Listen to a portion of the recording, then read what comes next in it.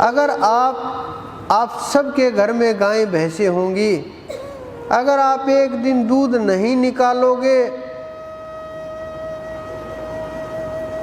तो वो धीरे धीरे परेशान होने लगेगी, उन्हें कष्ट होने लगेगा कि कोई दूध निकाल ले और राहत मिल जाए, क्योंकि उनका जो दूध का सिस्टम है वो परमात्मा ने इस प्रकार से तैयार किया है।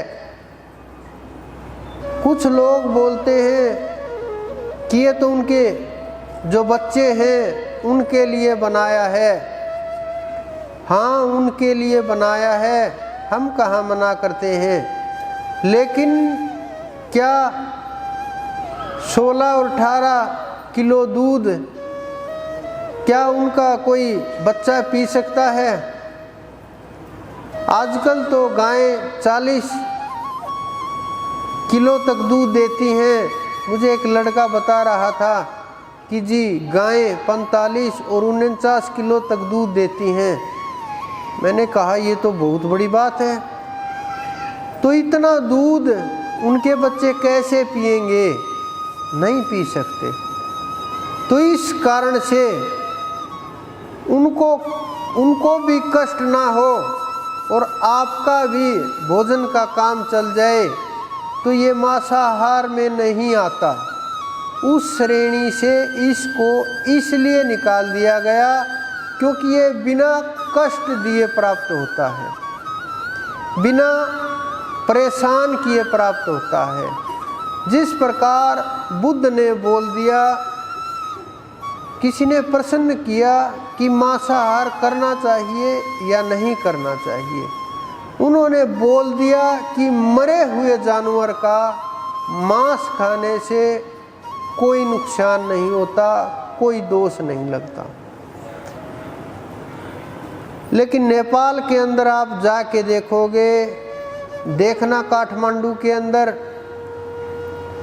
दुकानों के ऊपर बोर्ड लगा दिए गए हैं कि मरे हुए जानवर का मांस यहाँ मिलता है।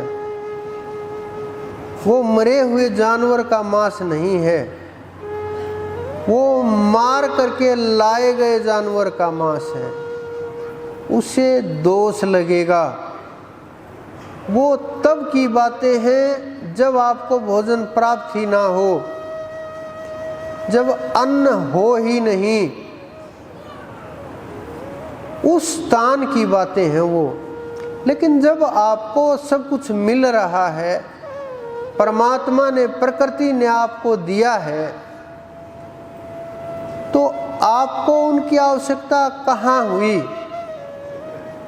तो इस कारण से इसको साधकों के लिए अच्छा नहीं माना जाता कि जो साधना करते हैं इनसे दूर ही रहो। कुछ लोग शराब पी करके बोलते हैं मैं ध्यान में चला गया।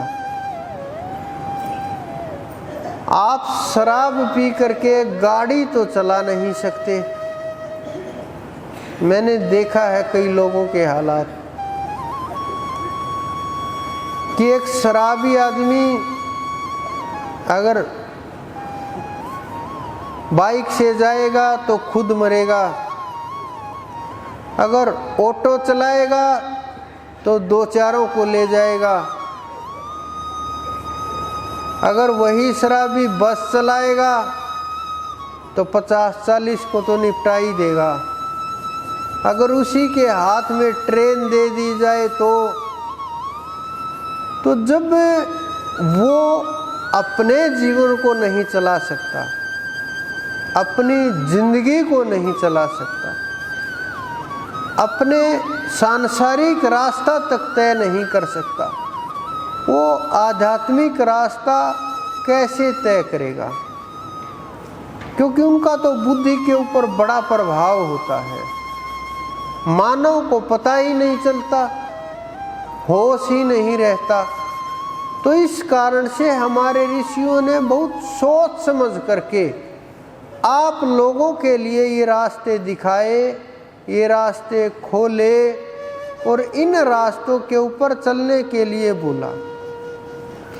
इसलिए उन्होंने आहार के ऊपर नियम बनाया कि एक ही समय भोजन करना चाहिए, ताकि वो व्यक्ति, उसकी ऊर्जाएं, कोशिकाएं, ये कोशिकाओं को जब अन्न नहीं मिलता, रस नहीं मिलता, तो ये जो मरी हुई कोशिकाएं हैं उनको खाने लगती हैं, फिर वो समाप्त हो जाती हैं।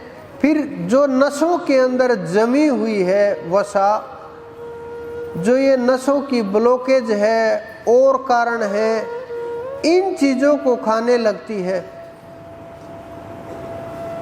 फिर जब वो चीज़ें समाप्त हो जाती हैं, फिर जो आपके शरीर के रोग उत्पन्न करने वाली चीज़ें हैं उनको वो खाने लगते हैं। फिर जब वो समाप्त हो जाती हैं तो ये समय को भी खाने लगती हैं। ये कोशिकाओं का जाल है, कोशिकाओं का खेल है, ये कोशिकाओं की रचना है। मैं पढ़ रहा था कि अभी एक व्यक्ति ने अपने शरीर के ऊपर काम किया है कि उन्होंने अपनी 20 साल जो आयु है वो कम की है,